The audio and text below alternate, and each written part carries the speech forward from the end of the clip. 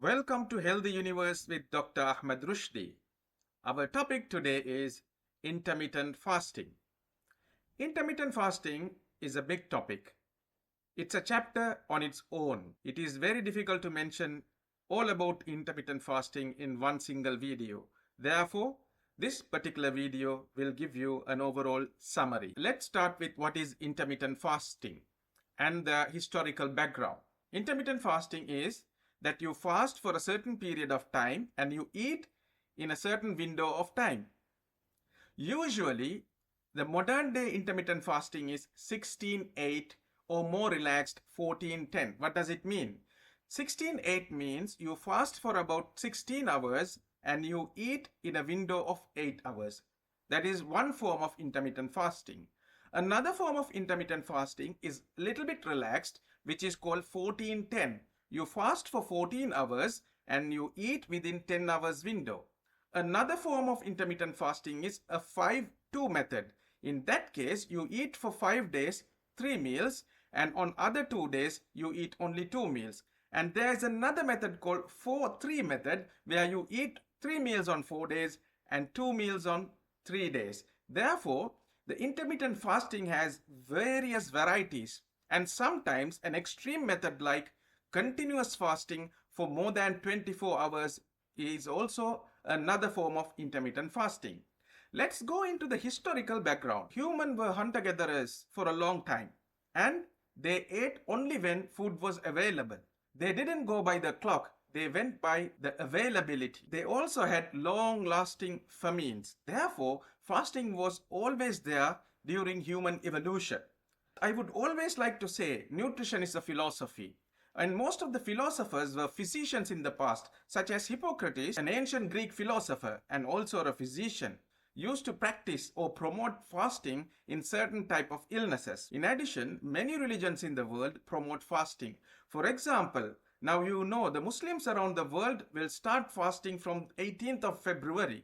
The Muslim fasting is between pre-dawn to sunset. This is about 14 to 16 hours in many countries. In some countries, the fasting hours could be 18 to 20 hours as well. The Catholic form of fasting is Lent. As you all know, Lent is a 40-day fast before the Easter except on Sundays. The Lent is more relaxed fasting than a Muslim fasting. In addition, in Jewish culture, there is a fasting called Yom Kippur. It is a 25-hour fasting.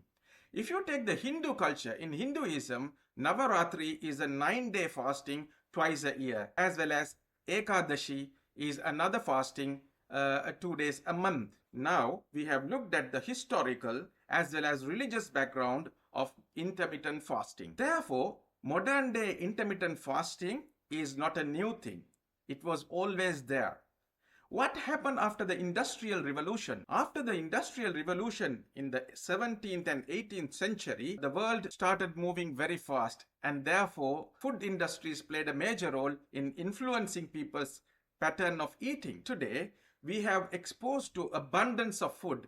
We have more food in our table, and we are promoted to eat 3 times. 3 days a meal was a new concept, as well as small frequent meals of 5 to 6 times a day was also a new concept which came much later.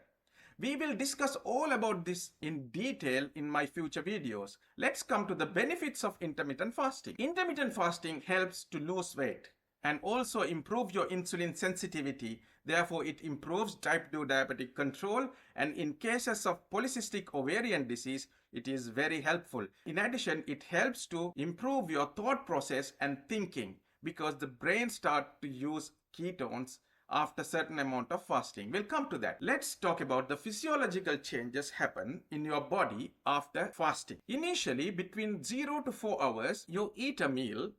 Then that meal has to be digested. Insulin secretion goes high and your food will be utilized, and rest of the food will be stored as glycogen. After 4 hours, up to about 12 hours, the body starts utilizing the stored energy called glycogen. During this period, you may feel hungry and the ghrelin levels goes high. Therefore, you have to be very careful to control your gut-brain axis. Your brain will tell you to eat. At that point, you should have some motivation not to eat for some time, and you will get used to it. Then what happens? Your body storage glycogen start to burn out. From the fed state, now it is becoming utilizing state. After the glycogen storage is slowly getting over between 12 to 24 hours, now the insulin levels are low, glycogen storage is low, then the fat starts burning.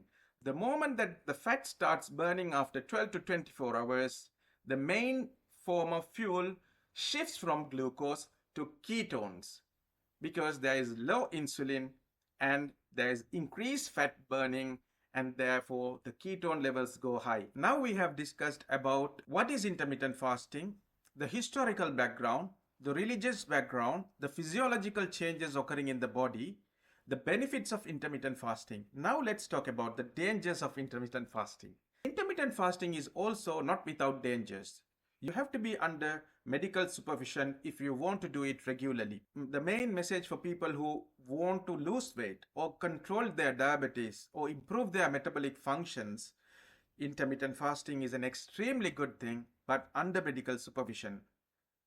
Pregnant women, women who are lactating, children, elderly, people who are traveling, and also people who have liver and kidney diseases and any other chronic diseases, it is not appropriate for these people to follow intermittent fasting. My final take-home message is intermittent fasting is not without any trouble, but it has a great value in your long-term health.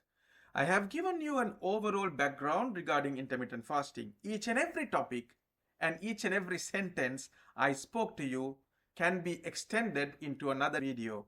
This is an overall summary.